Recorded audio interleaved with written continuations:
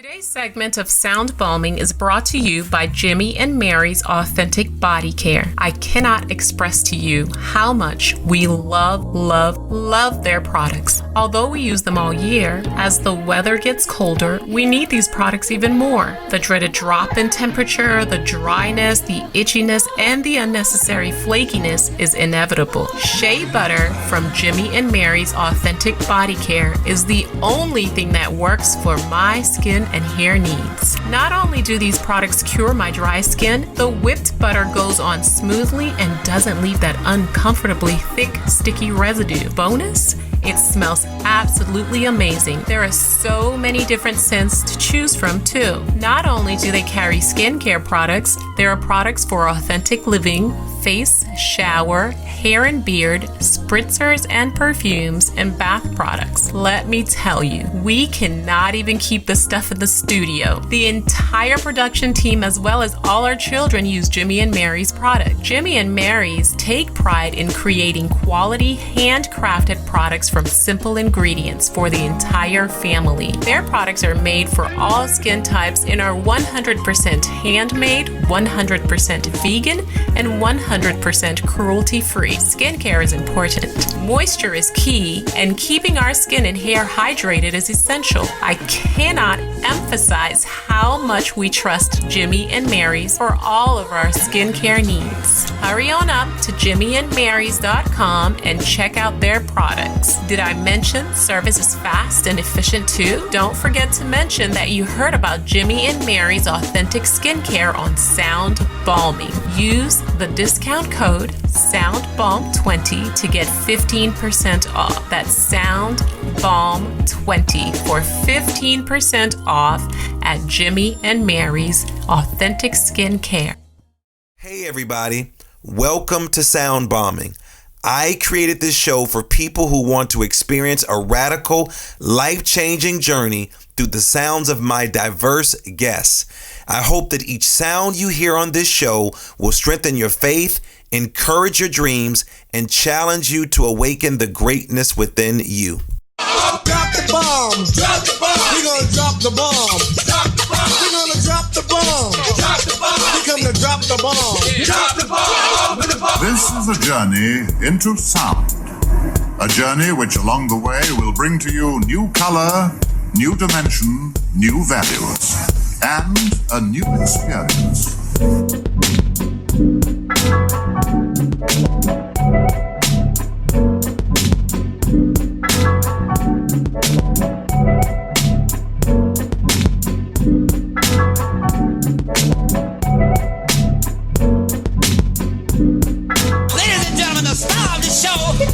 Lamar Darnell Shields.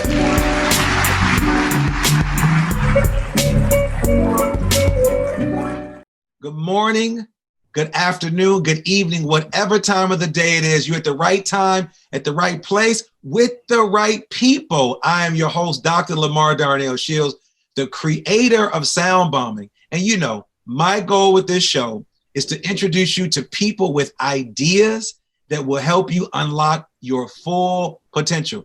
Like my last week's guest, Nick Shelton. Nick was amazing. You know, Nick provided us with a lot of good information that I want to encourage you to go back, check that out, check out his book, check out his program, check out everything that he's doing, because Nick talked about introverts. And I'm not an introvert, I'm an extrovert, but we had a fun conversation talking about that. And today is no different. Before we begin, you always know, if you don't know, we always start out with our mindful moment. We take our 3 breaths. And I want to just thank all of my new people who are joining me today, regardless of however you found us, because we're on every platform. Thank you, thank you, thank you. To my old heads, my OGs, my bombers who've been with me from day one, I want to thank you for coming back. Keep sharing, keep subscribing, keep talking about the work that we're doing. I know you're here not because of me. I know you're here because you heard that I have an amazing guest, and he's sitting there patiently waiting. So what I want to do, Jeff, if you can get yourself comfortable as well, I want to, now, if you're driving, listen, my podcast insurance does not cover this. So you need to pull over, stop what you're doing, or if you're walking, stop what you're doing. I don't want you to run into anybody, because we're about to do our meditation moment, in which are 3 minutes, all right? So 3 breaths. So here we go. Hands on our lap, palms facing up, tongue at the roof of our mouth, and we're just going to do a scan of our body. Start with our first breath. Inhale.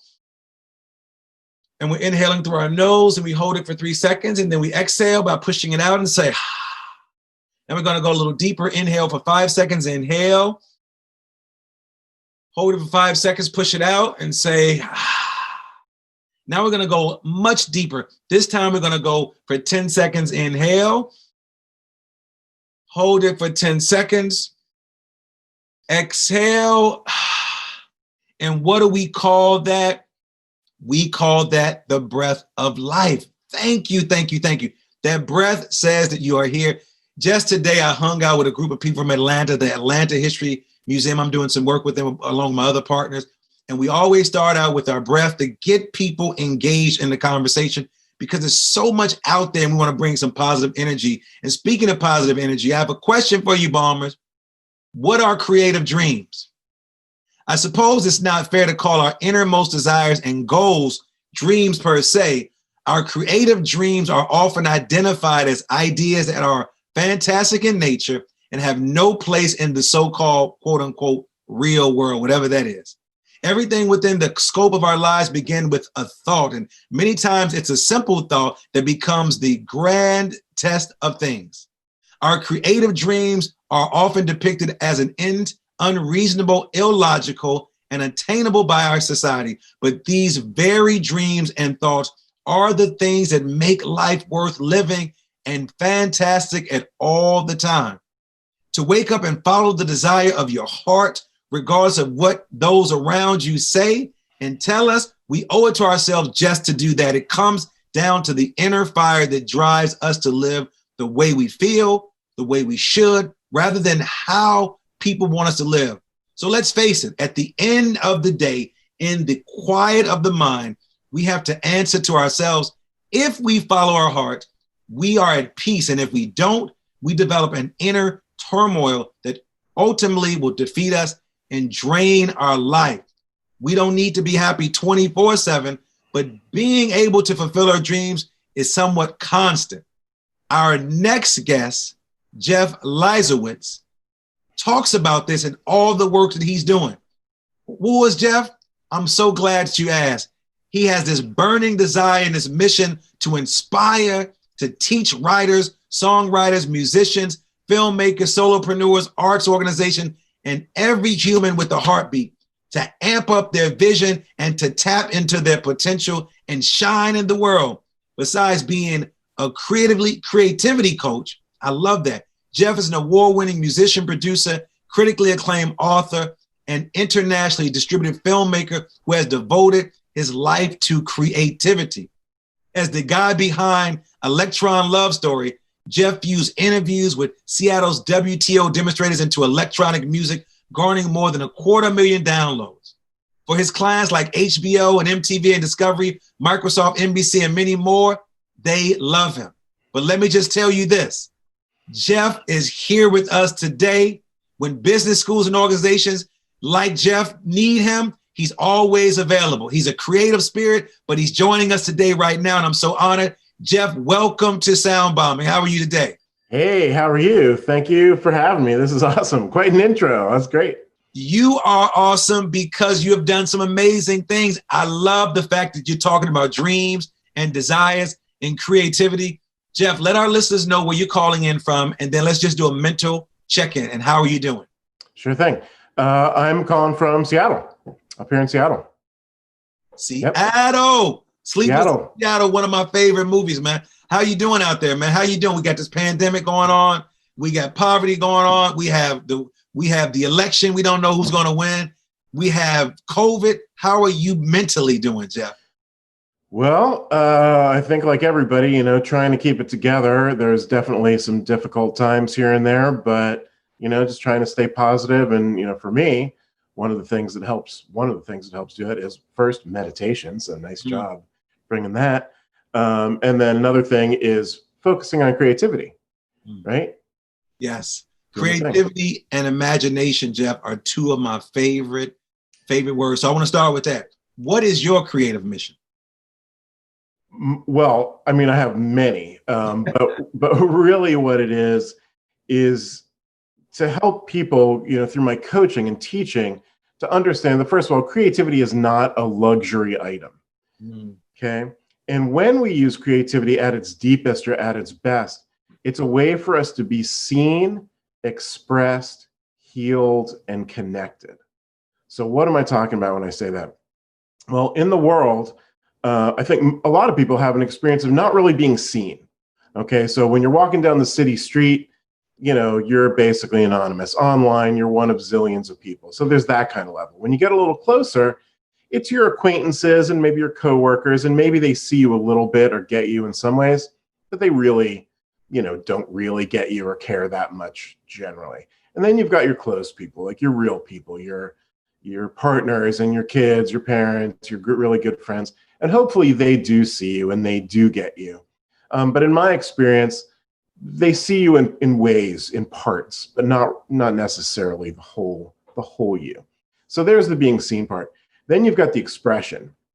What does it mean to be expressed? Well, in my definition, it simply means going from the potential to the actual. So an example I use for that is like, you've got a dancer and she knows all the moves, right? She's awesome. Except on this Saturday night, while the disco ball is spinning and the beat is thumping, she's sitting in the corner. So in that moment, she is not expressed. As soon as she moves into that dance floor and starts shaking it, then she's expressed. Same thing for a writer. You can have a pile of books on your desk that you wrote, but you're not really expressed as a writer until you're writing. I agree with that. Keep going. Yeah. So you've got the seen and the expressed. When we create and when we are expressed from a deep sense of authenticity and vulnerability, we are in ways healed, right? The catharsis of creating something that matters to you, there is a sense of healing. And that isn't necessarily even something negative, right? There's certainly a million songs and books and challenges and movies and, things like that are, sort of negative and coming, getting through that. But it can also be something positive, like a love song. Like, how does a love song heal us? Well, when you're singing a love song, you're healing all the dark times and the loneliness and all that stuff that may have come before. So when you are seen, expressed, and healed through your creativity, you then give that gift of your creativity to the world. And when I say the world, I'm not talking Madison Square Garden or the top of the charts or something like that, although maybe that's nice. It could be just a few people. It can really be just yourself. Okay? But when you give your gift of creativity to the world, this is where it gets really freaking cool. That is when you become the gift, because you show others that they can be seen, expressed, and healed. So right? walk me through your creative process. What is it like? How do you approach a project, a process? Because, for example, when I'm about to lecture, give a talk, do some spoken word poetry, I sort of create a visualization. Prior to sitting down or standing up in my studio or talking to somebody on the phone, I'm always sort of trying to create what I want the outcome to look like. And I'm so interested in people's creative processes. So what is your creative process as you approach a project? Absolutely. So I think that process is fantastic. And perhaps you do this as well. And that is really just first getting really quiet, right? Through the meditation, through getting space. If you're trying to jam through something, right, there's a time to muscle through stuff. But when you're in that stage of really that creative flow, you can't force it. So you need to slow down and step back and let it happen. And from there, you can turn on the gas, right? Another thing that I like to do and tell my clients is you got to watch out for the inner critic, or what I call in my book, my little book here, the inner critic is the ick, right? We all have the ick, and it is what stops us from moving forward. It tells you you're not good enough, smart enough, creative enough, et cetera, et cetera. This is built into our psyches. It's going to be there, and it is there for a reason. But when it appears, you don't have to listen to it, right? Many people the inner critic will appear, whether it's in creativity or anything else, and they'll listen, right? And the inner critic comes from somewhere else. It comes from perhaps a parent or a teacher or a peer, generally, from many years ago, but it can also be in the present as well. So that is one of the things we do. We have to sort of get out of there. Another thing we have to do with our creativity to really step it up is step outside of the comfort zone, right? So we all have a comfort zone, and, the comfort zone's cool. It's comfortable, right? But there's no real growth there. So the trick of getting outside the comfort zone is simply taking a small step out, whatever that means in your creativity or anything else, and standing there and being uncomfortable, right? The first time you give a speech or put your song out on Spotify or whatever your thing is, right? Feel that discomfort, and just feel it and let it go and move through it. And guess what? Here's where it gets cool. The comfort zone will expand to reach you again. Right? And then you'll be comfortable the next time you do it. If you keep taking these small steps out and, living through the discomfort, your world will get much, much bigger over time. So what do you typically do when you go to the uncomfortable zone, when there's this creative block, when there's nothing happening, there's no juices flowing, there's no songs coming out, there's no poetry coming to the page, there's no movement in my body when I want to dance? What do you typically do? What do you typically do, or what do you share with your clients when they do get in that stuck? Because we all get stuck. We all Beethoven gets stuck, Prince gets stuck, Bruce Springsteen gets stuck, Oprah Winfrey gets stuck, Langston Hughes gets stuck. We all get stuck. So help us get unstuck. Okay. So the first thing is stop trying.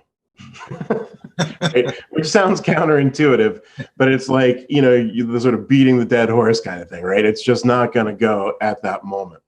Another good way to get this going is to think about the why you are doing the thing, whatever that thing is. Okay, if you're writing a book, why are you writing a book? And, a common answer might be like, well, to make money and, get the story out. Okay, so ask the same question. Ask the why does that matter, right? Why does this story matter to you? You're going to have some kind of answer. Ask again, why does this matter? When you're tapped in, when you're more consciously tapped in to the intention, the real intention of what you're doing, it will fuel you from your heart.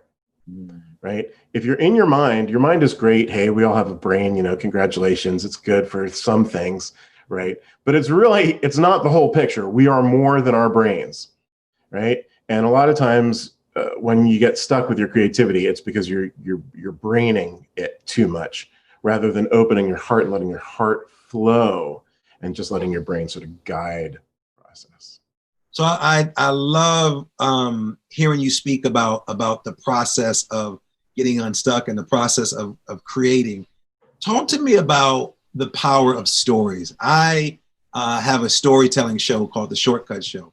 And I created this show, Jeff, in particular for people of color, because our voices weren't being elevated enough. And so you have tons of shows, and I give these people an opportunity to share their stories either virtually or on a live setting that was pre-COVID. Talk to me about the power of stories, and what can one gain out of sharing his or her own story, or what can an organization gain by sharing their story? Okay, so that's a bunch of questions there. The first one, what can an individual get by sharing their story? I'm just going to default to my previous answer and say, sharing your story is a creative act. It is a way for you to be seen, expressed, healed, and connected, to give that gift to the world so that others can become seen, expressed, healed, and connected. And really, when we do that, that is one of the, literally, in my opinion, one of the biggest problems in the world. You've got a zillion people running out there, and very few of these people feel seen, right? When we feel seen and we are connected, there's empathy, right? So that is one really good reason to share your personal story. Okay. The other question was why, or what is the power of stories?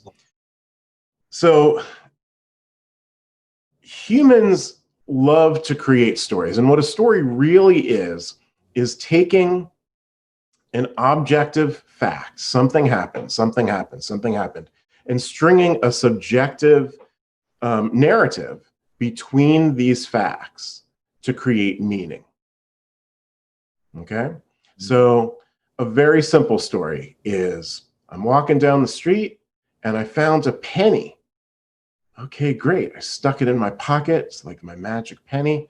And later that day, I got a raise at work. Okay, 2 facts, penny, raise.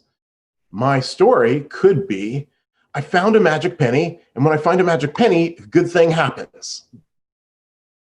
Okay? It's not necessarily true, but it's a story. Okay, we put the stories together. Thus, in the future, we see a penny, we feel like something good is going to happen. We start to create our realities around our stories. Okay? So humans do this all the time for everything, and it's a lot more complicated than 2 data points. Right? You got like a billion things happened in your life, and you're trying to figure out what's going on, right? So that you can act appropriately or react or whatever. So humans love stories because in hearing someone else's or seeing someone else's story, they can move through a situation without experiencing it themselves, meaning they can learn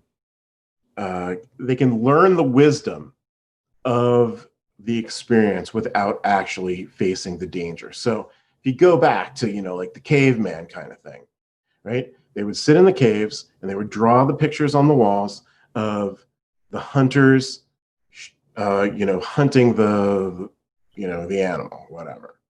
And they can teach the young men, this is how we do this before you go out where it's actually dangerous to do it. So by relating our stories to others, we can help them learn the lessons that we have experienced, whatever they may be, hunting buffaloes or, whatever else, right? Without actually doing it. Love that. Love that. So do you think that when you share a story, Jeff, does other people then own your story, or is it just yours? Almost like a piece of music. Well, I think we can own anything we want to own as far as an idea or a concept. It's, if you believe it, if you buy into it, it becomes yours. The real question is that story, and this is the life coach speaking, of course, it's all the life coach speaking here, but the biggest question is this useful or helpful to what you want in your life? If you take on stories that are not helpful to you, this will become part of your reality and it will pull you down in ways. If you take on stories that are positive and triumphant and powerful, right? This will become part of you. We sort of transfer ourselves in ways into the stories that we love and we believe in. So you have to choose your stories carefully. So I know you typically connect stories with music. Mm-hmm. Explain to my listeners how you do that and how is that possible and what that process is actually like. Sure. So the story of a song is different in at least one very significant way from other kinds of storytelling. And that is there's a much shorter time to do it, and it is less about ideas and intellect and more about emotion. Okay? Music is primarily a method of transmitting or sharing emotion.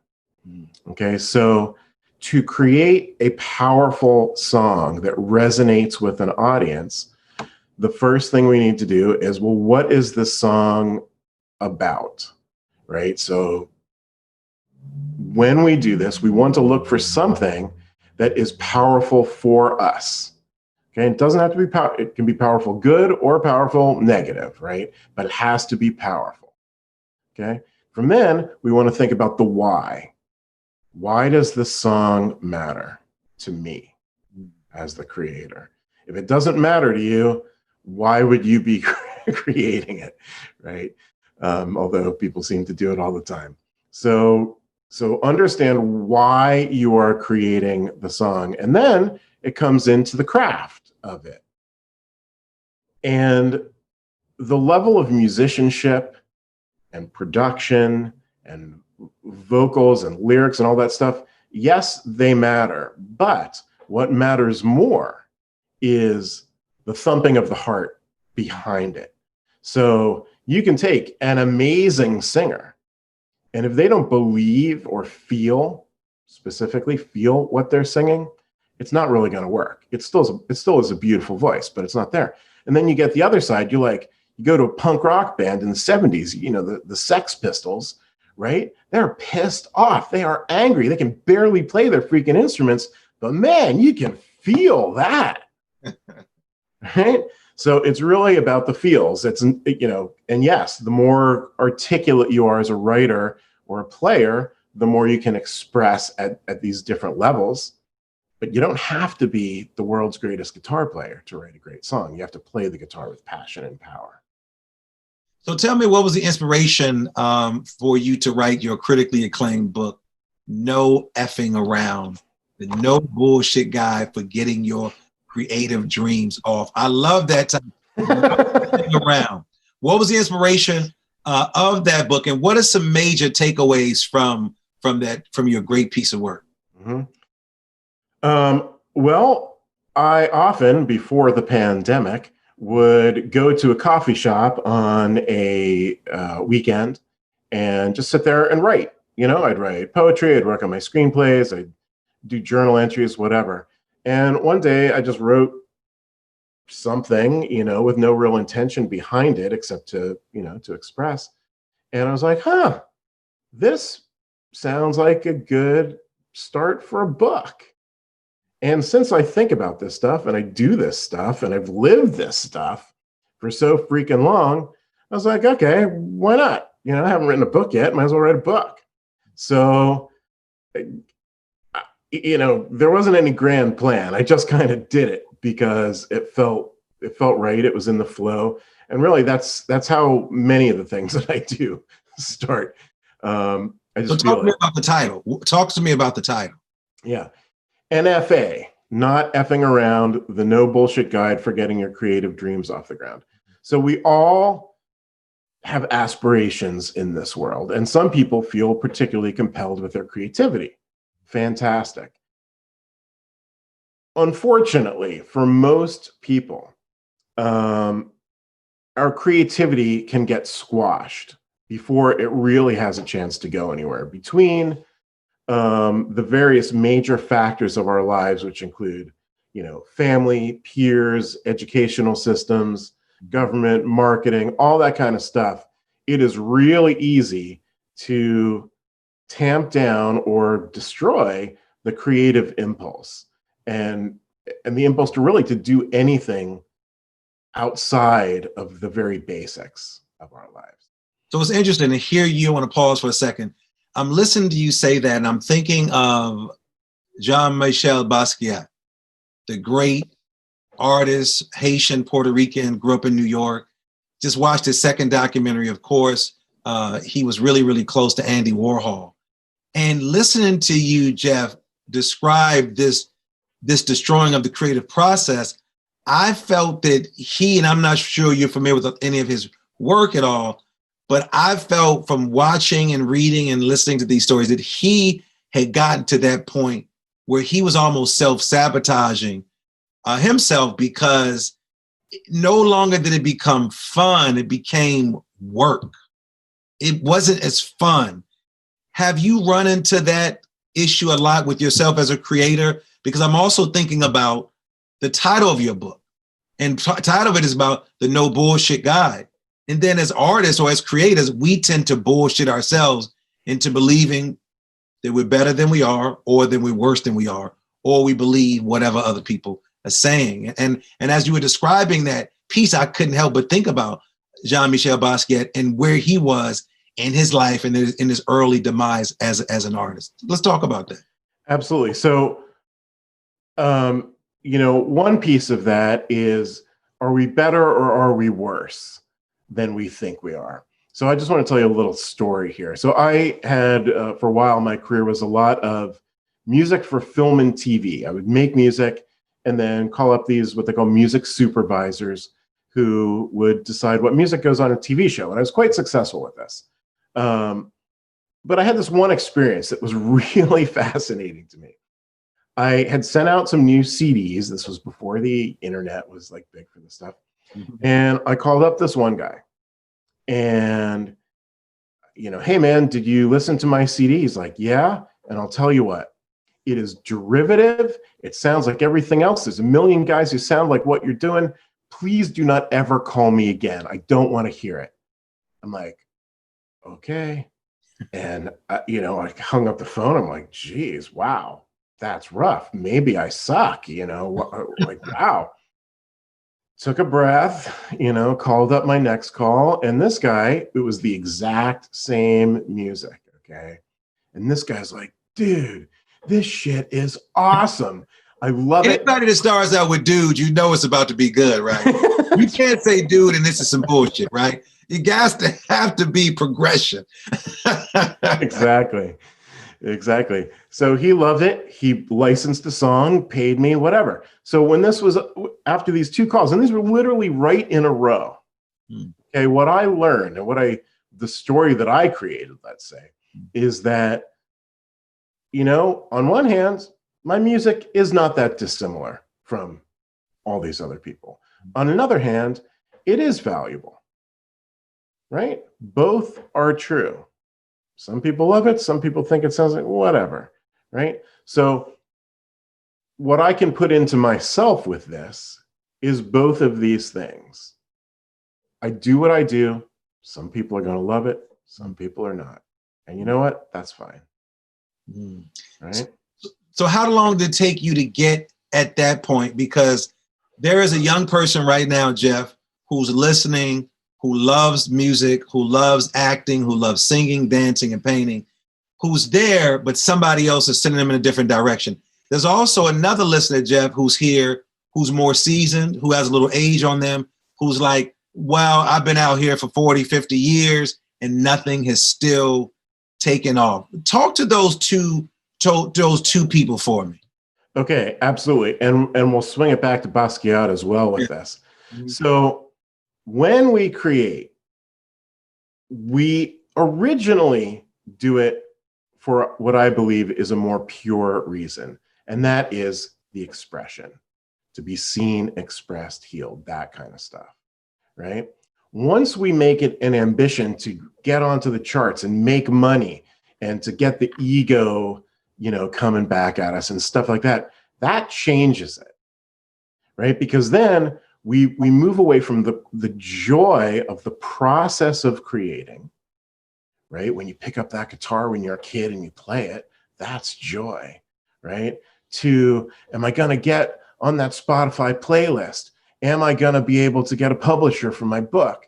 Am I going to get investment for my screenplay? All those kinds of things, right? That is very different.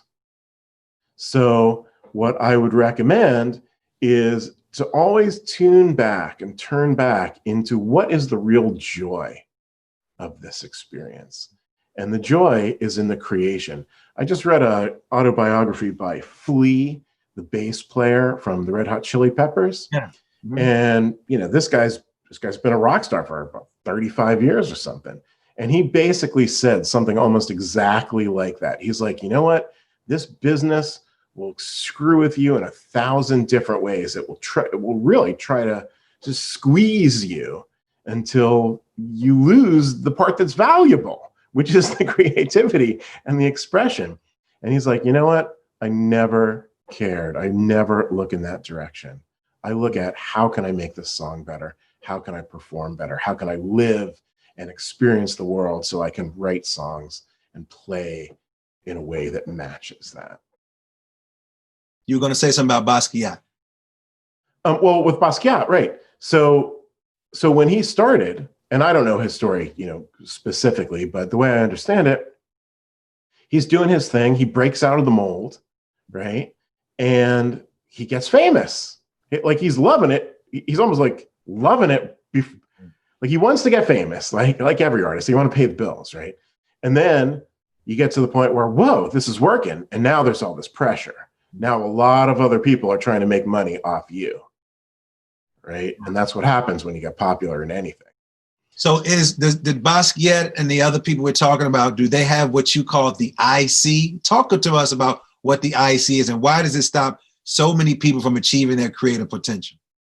Sure. Well, the ick, the inner critic, is, like I said, it's part of who we are. It's built into all of us. Yeah. And really what it's there to do is to stop us from getting hurt, right? So the inner critic, was designed, a zillion years ago within ourselves to keep us from doing things that are going to have some sort of backlash. And, in many cases, it was so that you were not thrown out of, ejected or whatever from the tribe, right? That's where we saw it all came from. So that's why it's there. And it's there for a reason, right? But now that it's largely inappropriate in many, many cases. Putting out a song on Spotify or writing your poem and putting it on your Facebook or whatever your thing is, in the worst case scenario, it's not really that bad. It might hurt, right? It might get you in the heart if somebody tells you suck, right? But you're not going to starve in the desert because of it. Yeah. Right. Now you have such a huge body of work, from music to screenplays to writing. What are you most proud of out of all the bodies of work that you've ever done? When you go to sleep at night and you think about, man, that one thing is the it for me that really, really makes me proud. What would you say that is? That changes on the daily, as they say. It can either be like, wow, that mix of the song that I just did was really cool, or I wrote a great line on this blog post, or screenplay if I'm working on that.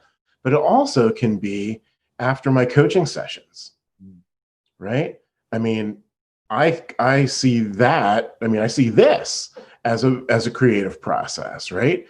And sometimes I can just, like really just kind of knock it out of the park. Like I really transmit the information to the other, the other person, and they get it. You see that spark, something has changed.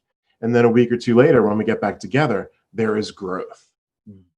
So how similar and or different is Jeff as a artist and is Jeff as a coach? So you have this Jeff, this artist, creative, then you have Jeff as a coach. Do they ever meet each other in the middle at all?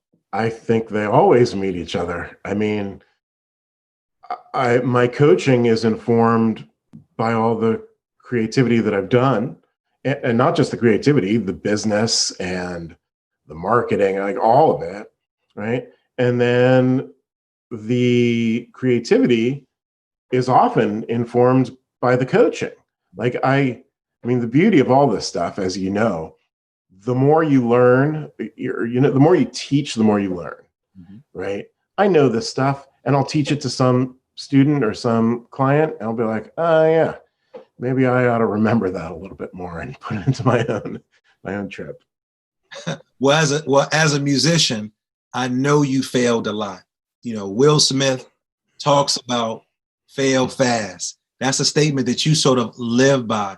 To some people that don't understand what that actually means, explain to us, why is it important to fail fast, and what has failure taught you about success? Right. So first of all, let's redefine. It's a catchy title, fail fast, or a catchy phrase.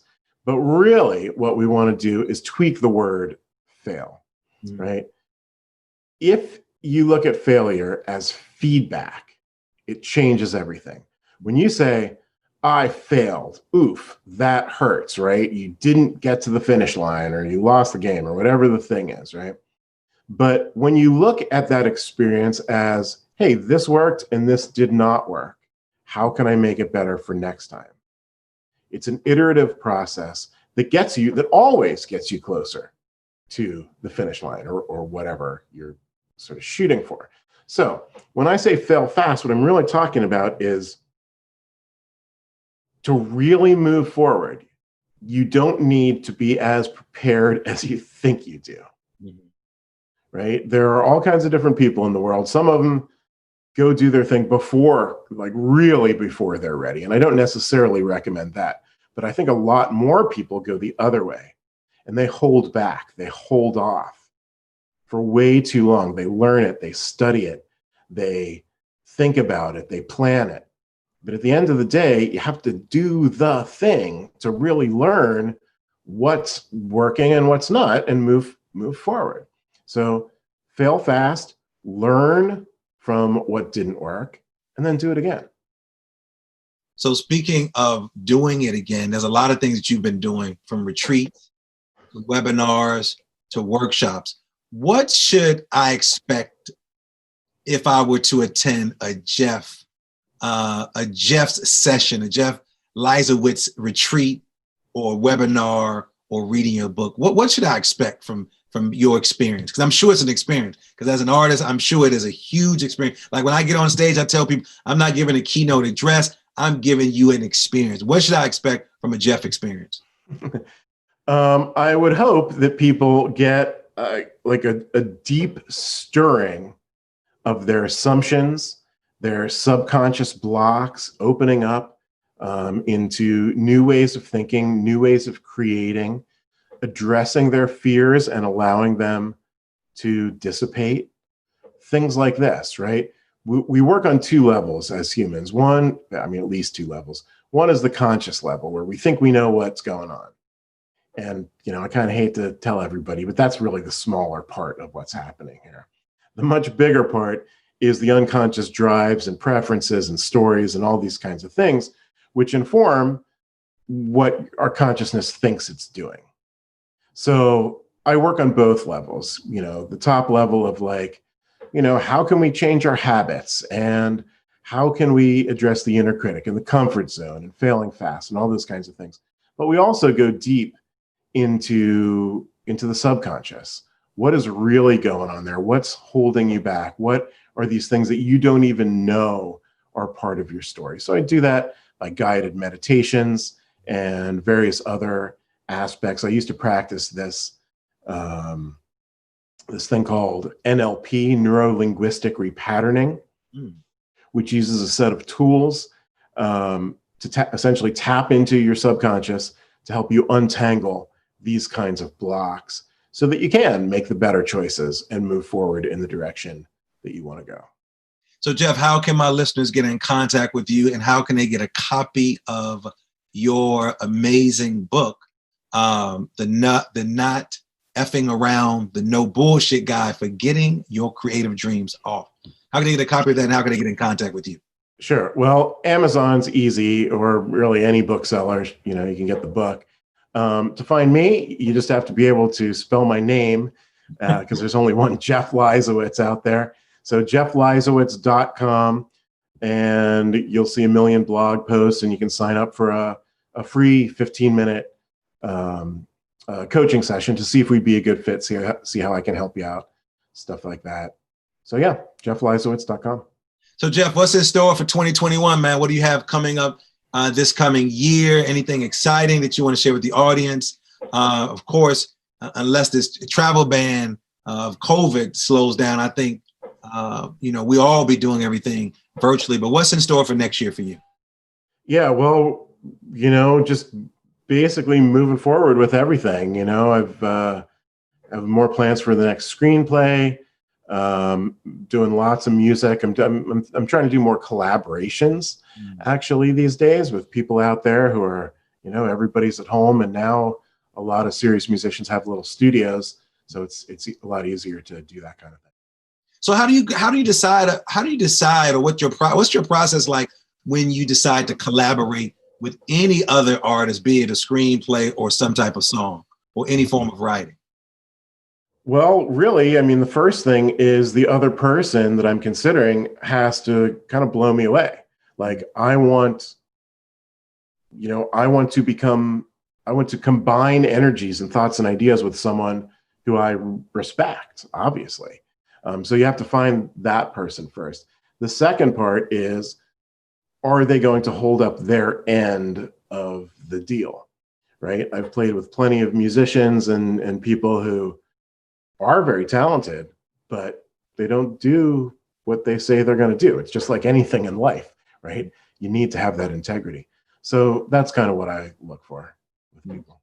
What do you think are some of the misconceptions or assumptions of creative thinkers? People that are creators of culture and things of that. What are some assumptions, or maybe some assumptions, about that group of people, which you would fall in that category? An assumption about creatives, the whole starving artist thing, right? You have to, if you're going to do your dream, you're going to end up, without any money. Well, it is a more difficult path financially than, a steady gig, at an office or whatever you're doing. But there are so many ways to look at it these days and to work your thing that if you think of it as a business and act upon it as a business, you can make some money. So do you think creators don't do a good job of managing the business? Because I know a lot of artists who don't really know how to sell their art, be it if they're an art, they're the art, if it's some writing, if it's some sculpture. I had my great friend Jody King on here, who's a painter, who basically was self-taught, started painting, I want to say at age 40. And she works with artists to help them sell their art. Do you think, is that an area where people tend to fall short when you hear that quote unquote starving artist? Because you've been very successful. Looking at the information that was shared with me about you as an individual, I'm sure there were some struggles, but is that a challenge that many people are faced with as an artist or as a creator? Yes. I mean, I think that's very true. Creatives often have a very intuitive approach to the world. They are not particularly logical or systematic, right? Thus, many artists have a difficult time learning, understanding, and executing simple concepts of business. How to get your mailing list going, right? How to, get better paying gigs or connect with other people, stuff like this. So yeah, it can be a challenge, and it's something that can be overcome because other people have done it. More people are doing it now than ever before. And if you follow these kinds of templates and have, look at it as work. I mean, I think that's another thing creatives do is they're like, it's fun to create. Yeah, great. It should be, right? Well, if you want to get paid for it, it turns into a business, which means you got to think about it like a business, which means you got to work on it like work. Right? And that's a turnoff to a lot of people who just want to paint or just want to play guitar. And that's fine if you just want to play guitar and paint. But if you want to make money, well, that goes from music to music business. Yeah. Great point. Well, Jeff, it's been an honor hanging out with you. But before you leave, the second part of my show is called the Super Bomb Questions, which is sponsored by Mountain Made. It's an opportunity for me to ask you some different questions, but the different part of this one from the first part is you have to answer them as quickly as possible. You ready, Jeff? Yep. All right, let's go. Let's go. Jeff, what's your favorite word? Word. Hip hop term, word. Word. All right, we're going to take that. What's your favorite quote, Bible verse, scripture, and or maybe a song? Oh, yeah. Between concept and execution, there is a land of shadow. Quickly followed up by, when all is said and done, there's a lot less said than done. Jeff, what's your superpower? Connection. What's your spirit animal? The sky, which is not really an animal. I like that. What do you wish you had more time to do?